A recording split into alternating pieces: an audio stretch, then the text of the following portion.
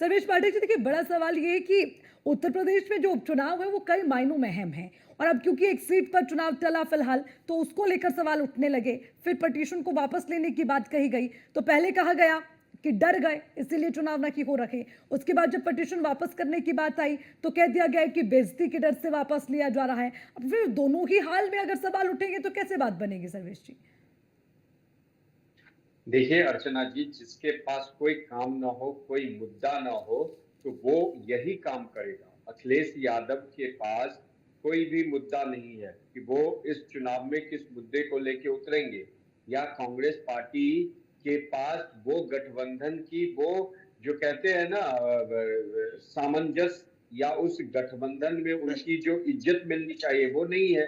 क्योंकि जैसे ही हरियाणा का इलेक्शन का रिजल्ट आया, उसी दिन माननीय अखिलेश जी ने 6 सीटों पे अपने उम्मीदवार उतार दिए। हम्म। क्या गठबंधन में इसकी चर्चा हुई थी? नहीं। अभी चंद्रमोहन शर्मा जी बोलेंगे कि नहीं, इससे आपको क्या? देखिए, जब आप गठबंधन में बात कर रहे थे कि हमें 4 सीटें चाहिए, वो अड़े हुए थे, नहीं हम 2 या 3 देंगे।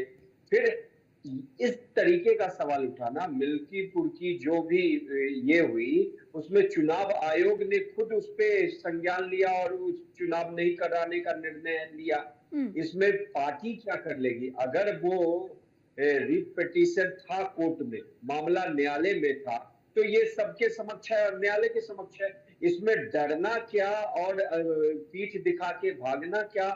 ये आरोप प्रत्यारोप अर्चना जी बेबुनियाद है।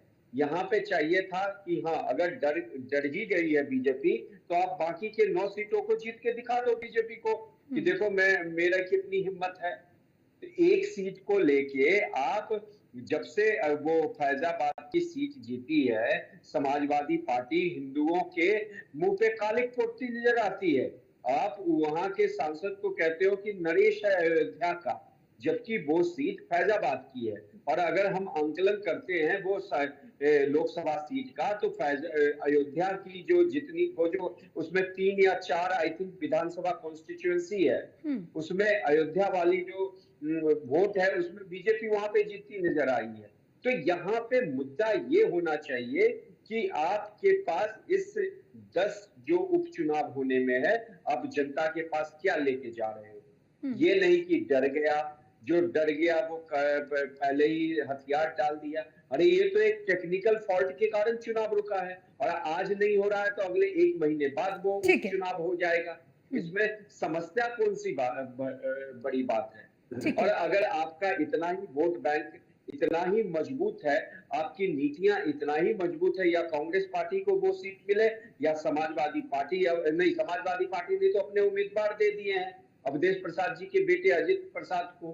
तो समाजवादी पार्टी अगर इतनी ही मजबूत है, तो जो भी परिस्थिति हो, या 15 दिन बाद चुनाव हो, 1 अवधेश महीने पांडे जी। बाद चुनाव हो, ठीक है। वो जीतेंगे अगर वो उनके वहां पे मजबूत स्थिति है तो।